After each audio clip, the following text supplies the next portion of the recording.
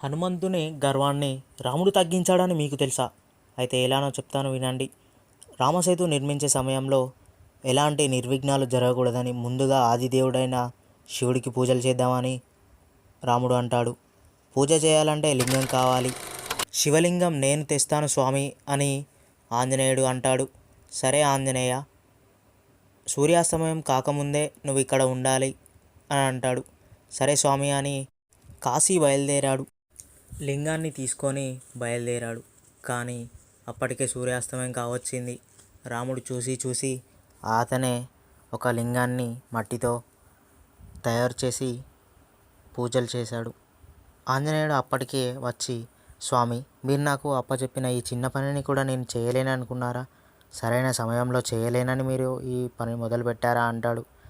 సరే హనుమ, నువ్వు ఎలాగో లింగం తెచ్చావు కాబట్టి ఈ లింగాన్ని తీసేసి నువ్వు తెచ్చిన ఆ లింగాన్ని ఇక్కడ ప్రతిష్ఠించు, ఆ లింగానికే పూజలు చేద్దామంటాడు.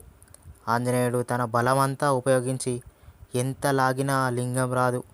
అప్పుడు అర్థమవుతుంది నేను తప్పు చేశానని. స్వామి, నన్ను క్షమించండి అని బ్రతిమిలాడి ఏడుస్తాడు. ఇలా తన గర్వాన్ని తగ్గించాడు.